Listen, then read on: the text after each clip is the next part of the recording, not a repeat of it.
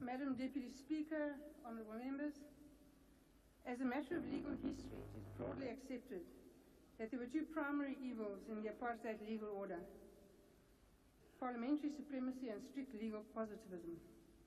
Parliamentary supremacy, in simple terms, meant that Parliament could pass laws in an unconstrained manner, and those who applied the law had to give effect to these laws, irrespective of whether they believed it to be right or wrong. In this regard, former Deputy Chief Justice Dikgang Moseneke pointed out that, and I quote, "Under apartheid, Parliament enjoyed supremacy, and no constitutional Bill of Rights provided any fetter on its legislative powers. Oppressive laws passed by Parliament could, for the most part, not be challenged by the courts. The apartheid regime was sustained by a lack of accountability and the construct of parliamentary sovereignty."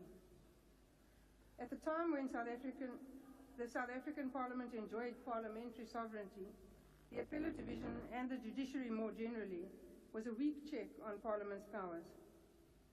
Parliament essentially enjoyed a monopoly on power. Close quote. Other academic legal scholars have also analysed the damage caused by the system of parliamentary supremacy and the related tendency for other state organs to simply apply the law. In this regard, one such commentator remarked that it is essential that we should learn to say no to unwarranted parliamentary violations of human rights, and advocated for the establishment of a true human rights culture in our country, arguing forcefully that to achieve this, the rule of law must be strongly supported. Deputy Speaker, honourable members, this commentator is none other than Dr. Hlophe. In a learned article in the South African Law Journal of February 1995, it is the very same Dr. Hlophe who now proclaims that our legal system, the one transformed from an apartheid enabling system to one founded on the rule of law and human rights, is nothing but a system imposed upon us by our former colonizers, and is, if not the problem, then at least part of the problem in our country.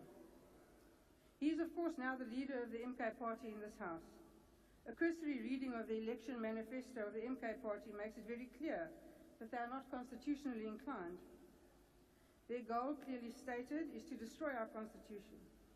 A constitution painstakingly drafted, lauded internationally, and one that has served us well. MK would replace our constitutional democracy with a government of parliamentary supremacy.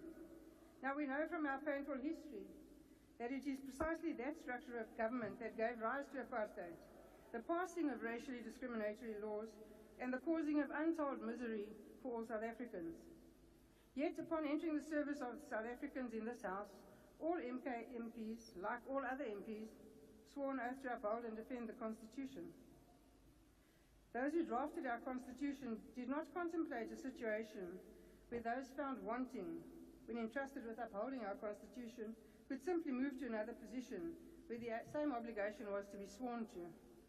However, the drafters, in their infinite wisdom, gifted us with the safeguard that to break down constitutional supremacy and the rule of law requires the support of at least 75% of the members of this House.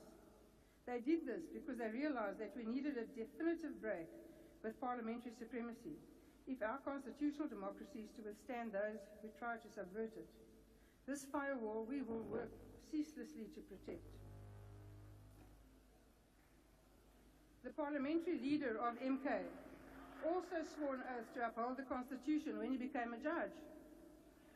An oath that he regarded with such frivolity that he has become the first judge to be impeached in democratic South Africa for behaviour so odious, so beyond the pale, that he was found guilty of gross misconduct by the Judicial Services Commission. Now, this is the man who is before you all today, a man who swore an oath repeatedly to defend and uphold our Constitution, yet he has now a stated intent to destroy our constitutional democracy.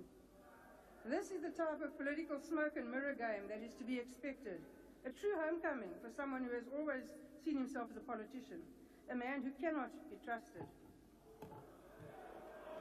Our Constitution embodies a never again moment. Never again will we allow the rule of men to threaten our democracy, our human rights and our freedom. We will work ceaselessly during this 7th administration, from one debate to the next, to expose those who yearn for the system that enabled personal ambitions to trump the law. I thank you.